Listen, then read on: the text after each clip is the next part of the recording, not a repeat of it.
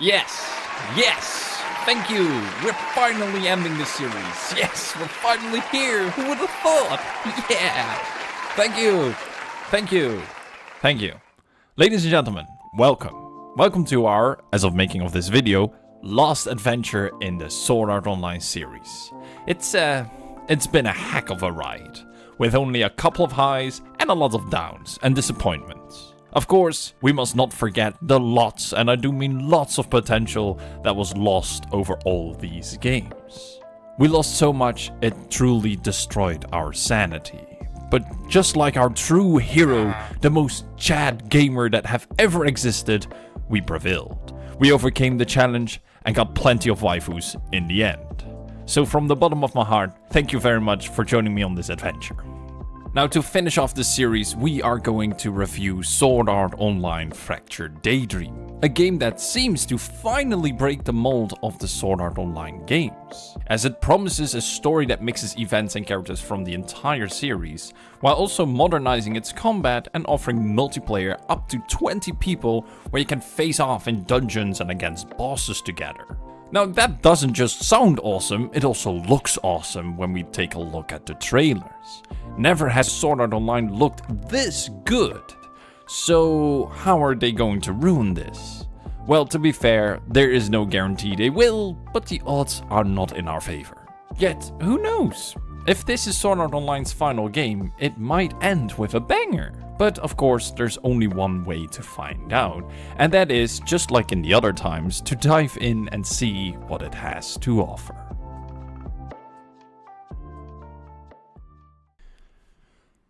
In Sword Art Online Fractured Daydream, Kirito and gang are playing casually their VR MMORPG and are eagerly awaiting a new update. In this update, each player's experience will be logged and can be more or less loaded into this VR MMORPG as a level where said player, together with others, can relive the moment but also fight whatever monsters and bosses are present in said memories. Of course, on release, this expansion goes completely wrong, and a bug in the system causes our heroes to be scattered into different memories. Disorientated, they now have to figure out what is going on, work together with friends and strangers, and get back to their own reality, so to say.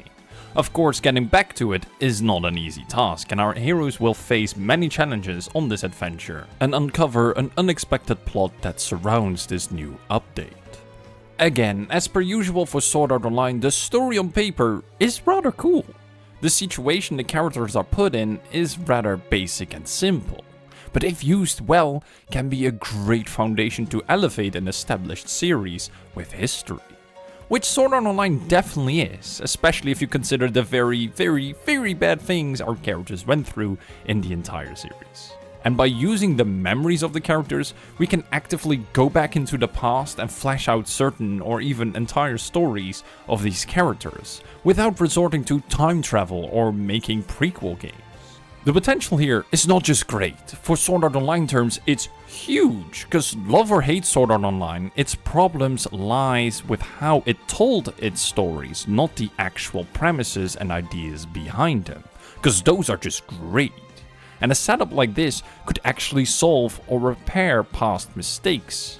Now, did Sword Art Online Fractured Daydream fail to capitalize off this potential just like the other games in the series? Well, yes and no, but mostly yes. The main story can be divided into two pieces. The first one is resolving around the in-game unique character called Fuka. She's a tester of this new system and also got dragged into the same situation as our heroes. After meeting Kirito and gang, she joins them to help them getting out of the predicament they find themselves in. This part of the story is very straightforward and boils down to finding the others, group up, and get to a place where potentially this bug can be resolved and everything will go back to normal. It's not particularly strong, and in terms of pacing, even very bad. Mainly because this story is set up at the start of the game, and then quickly forgotten about it right afterwards, and only picked up in rapid speed at the final chapter of the game to just conclude it, which leads to multiple plot twists and surprise reveals in a row, and a lot of dialogue and cutscenes that are basically loads of lore and information dumps to make up for the fact that the game focused a lot and too long on the other part of the story. Now that part of the story takes place in between everything else and focuses on the memories of certain characters and events or locations from the past that we, the player, witnessed and have been through throughout the entire series. The main story part of the game is interesting and all, but it's this part of the story that turns out to be that Sword Art Online trademark interesting cool aspect. Now, is it used perfectly? In certain cases, yes. It's even surprisingly very clever at times. But it's mostly just clumsy, inconsistent, and even makes things a bit convoluted. As stated before, our party gets thrown into the memory blender, scattered throughout locations of the past with other characters from the entire series. The game tries to sell the idea that characters whose memories we end up in are stuck, as they solely live in that memory and that a struggle is needed to wake up from it, realizing that a memory is exactly that, a memory. But this struggle was badly presented in this game. Most characters are just bystanders of the situation, and those whom are stuck in memories realize the truth when you meet them or get snapped out of it with 2 lines of dialogue spoken to them. On top of that, we don't visit really events, only locations of the series itself. And even that is only by name, which really wastes good potential to tell a story, or even just a side plot. But unlike in recent cases, it does not completely waste its potential, and instead opens the door to something completely unexpected. Because the story takes place in memories, we also get to meet old villains. This time, however, they are not cannon fodder for Kirito, but actual characters that join in on the adventure. Which I didn't know I wanted, but I'm really glad that it's in the game now that I got it. Because what a treat it turns out to be, having them in the party while characters know who they are and what they have done created an interesting mix of characters and chemistries. Which was just cool, made me laugh, and more importantly, elevated the old villains. It flashes them out as characters while also offering tension, mistrust, and divide in the party that they have to overcome. I know it's hard to believe, but even our Chad Kirito gets to struggle with this. And the best part of it all is that there is a buttload of this interaction, chemistry, and banter between these characters.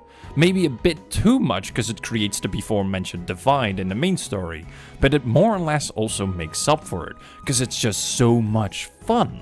Of course, this wouldn't be a Sword Art Online game if, despite the great addition of villains from the past development and fun banter between characters, it still wastes a lot of potential, especially when you look at the first part of the story. When I heard the initial premise of this game's story, I thought we were able to get moments like we saw in the anime Gun Gale Online. There we got a flashback of an event that happened in the past involving Laughing Coffin. From the original story point of view, they were very important, but suddenly they just disappeared. Nothing was said or told about it. But 2 seasons later, we finally learned why and how, which was very cool. I mean, I still don't like it that it was 2 seasons later, but we at least got some more information and story that makes the broken story in season 1 a bit better, even if it was just a bit. And we could have done the same here. Yes, it would mean that to truly grasp the what and how and who of these moments, the player must have played the games prior to this one or watched the related animes. But let's be fair, you really don't alienate people doing this because most of us who play these games are fans. And the writing is not that deep, so even non-fans can understand and guess what's really going on if you present it with the basics. I know covering events from the past like that won't fix Sword Art Online, but it would at least have been a lot more interesting and fun than the entire main story that we got here.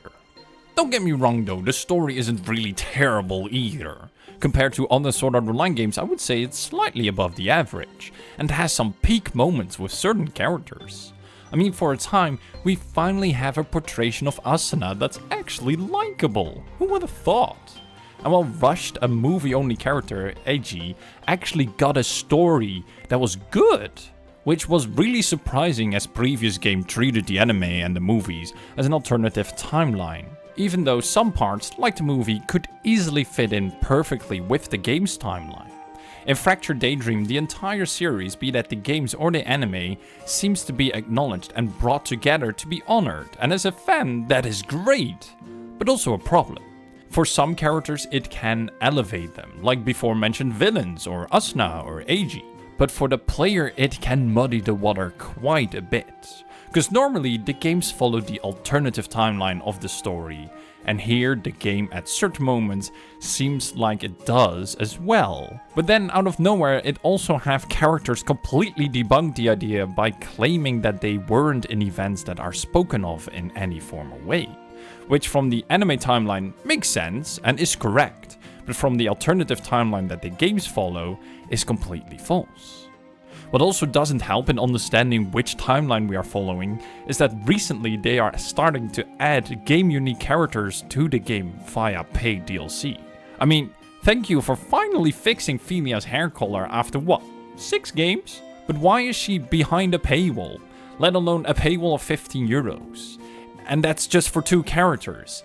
And why does this make everything more confusing in terms of timeline? Because is she not part of the main story but still is playable in everything else? And unfortunately, that is not where the weird game design choices stop. Let's talk about combat and gameplay. It are 2 aspects that the series struggles with constantly. It has its ideas for sure, but it always seems to struggle to put it on the table properly. Even in recent Sword Art Online games, this feeling was present, and when Fractured Daydream was announced, it showed massive upgrades. Quick improved hack and slash style combat, a class system, extensive loot system, and a large-scale multiplayer battles. Call me a skeptic, but I was not sure how to feel about these ideas the longer I thought about them. I mean, they are not new ideas, and while older games can hide behind the fact that they were made for older consoles and a different era of game design, Fractured Daydream cannot do this. Same goes for recently released titles. When we look at those, combat and overall game design for that matter feels dated for the time they got released. These days we have to a degree a standard what to expect, but also what is possible when offering certain genres or design for games. Take the class system for example. Classes should feel different to one another in terms of how they play. Heck, a class should basically define a playstyle at this point. And as this game focuses on large-scale battles with a party, it also means a class should cover a role in said party. Of course you can deviate a bit from this base, but in the end it still boils down to it. Here in Fractured Daydream, classes are a complete mess. It's not the classes that play differently, it are all the characters themselves that play differently. Take Yujiro for example, he somehow is a mage here, but other than having ice effects on his skills, he plays exactly the same like Kirito and Asuna, who are not mages, they are fighters. At least Shino and Defgun are in the same class, Ranger, and play similar as well. But in Rogue you have Len, who also uses a gun and plays similar to them, so is she a Rogue or is she a Ranger? Well, tank classes are at least very clear, they have big beefy characters with large weapons and shields. But Lisbeth, who uses the exact same weapons, is put in fighter class, not in tank class, even though she fits there much better. Again, it's all over the place, and to make matters worse, it doesn't matter what you pick in terms of class in the end to be effective in your part. Because things like dealing damage is not really limited to rolls. I've seen tank class characters do much more damage than any other class like fighter or mage, you know, classes you expect to be focused more on dealing damage compared to a tank that is more focused on taking damage and aggroing the boss. And the same goes for the support class. Healing or buffing is not their main skill, instead it's also doing damage, so what is their role exactly? Pretend to be a support class character? Well, yes, Sword Art Online games really like the idea of faking certain aspects. Here it's faking the aspects of characters and party play. If they just removed the term classes and just gave us a character select screen like a normal game, then everything would be fine. Heck, it would be better because the illusion is gone. I mean, as fans, but even as casual player, you would probably pick your favorite character anyway, regarding of its class, so why create a system that not only doesn't work, but creates such an unnecessary problem? It's at least a very simple problem to solve, especially compared to the design choices and problems surrounding the multiplayer missions and boss battles. When grouping up with people, you would think that you would be working together with them, beating dungeons, monsters and bosses, and enjoy some nice loot. Well, that's not the case here. In most cases, it felt even the other way around. Like I was competing with these people. Joining a multiplayer session can easily be defined by one simple word: rushing. Maybe some people here know LFR from World of Warcraft? It's basically that. You know, running after each other, hitting everything till it dies, and make your way as fast as possible through whatever encounter you are in. It requires no thought, no effort, and it's just run. If you fall behind, nobody cares, because they don't need you as a player or role to beat the dungeon or boss. It's for them even better that you fall behind, because the game has a big bias towards those that do the best in a dungeon or boss fight. But sure, a bit of competition amongst your party members is fine. To get back to the World of Warcraft example, having the highest DPS, for example, in your raid group was fun and somewhat the goal. But there, in the end, it still mattered for everyone equally that the mission was completed, and you needed everyone to do its thing to complete it. Again, that is not the case here. It's group up and hit it till it dies, and if you are the best at grouping up and hit it till it dies, the game will brand you as its favorite child. Even if the person had an unfair advantage over you with max level rank, gear and character. Yes, the devs thought it was a good idea to have new players mixed with max level players and compete against each other in tasks like deal most damage in X amount of time, deal the last hit on a boss, or worse, do the most healing, when you're not a character that can do healing. Which really makes no sense whatsoever. You can imagine that in these moments the design of the game felt very unfair and dumb, making me think that this game is not designed to be a multiplayer in the sense it presents itself as, and has to fake it. And it does a poor job at it as well. So logically you could say, well, don't play multiplayer content if you don't like it. And I agree with that. But the game doesn't, as it's designed completely around multiplayer. Yes, there is a story mode, which you must do to unlock all characters and get remotely a player rank to be useful in multiplayer. But outside of that, you have absolutely nothing to do alone. Now, I won't deny it that the first few times doing these multiplayer dungeons and boss battles is actually fun, because everything is new, progression is fast, and here and there you will have success. But sooner or later, that will disappear, and more or less die. Normally, I like the big numbers become bigger numbers game, but those games are more designed to feel rewarding on that end. Sword Art Online Fractured Daydream does not feel rewarding. It's a hassle to get even into a multiplayer game to begin with, and outside of stats, there's no real reason to actually play the game and fight for the progression. The only reason I can think of to play the game and progress and grind through every single level over and over again is skins. Which looks cool and all, but is a very hard grind to get them, as you can't do that solo, and again, finding people to play a specific map or boss takes a long time. Drop rate is very low, and once you have a skin, does it really feel rewarding after so many hours getting it? I would say no. During gameplay, you don't really look at your character, and from the odd small cutscene here and there, it's more or less invisible to you, as it's barely shown. So to conclude, we have a game that on its own works alright, has an okay story that does good fan service, yet fails to fully commit to its main story. And everything gameplay related outside of the story mode is forced to be a multiplayer game, which doesn't suit it on so many levels. Its main idea is to grind levels, gear and rank up your characters, but there's no reward at the end of that, other than maybe some skins and items to decorate your profile with. And to top it off, it has a very high price tag for the base game, yet gets monetized in a way that rivals free-to-play games with DLC, new characters, skins and such.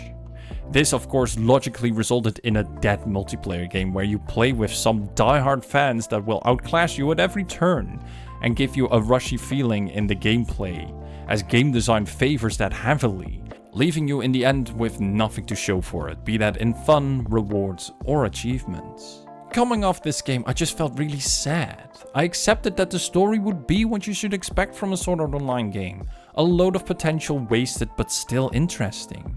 Which it turned out it was, and with a nice added bonus of character interactions.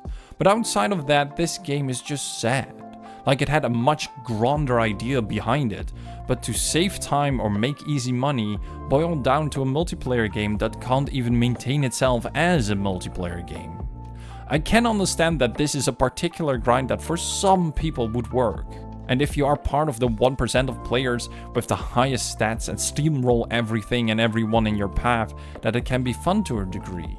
But I also know lots of other games that can do that and a lot more in a more fun, fairer, rewarding and cheaper way. If you're like me and want to see Sword Art Online do something interesting in terms of plot and have fun and cool interaction moments with the characters, then this game is for you, to a small degree.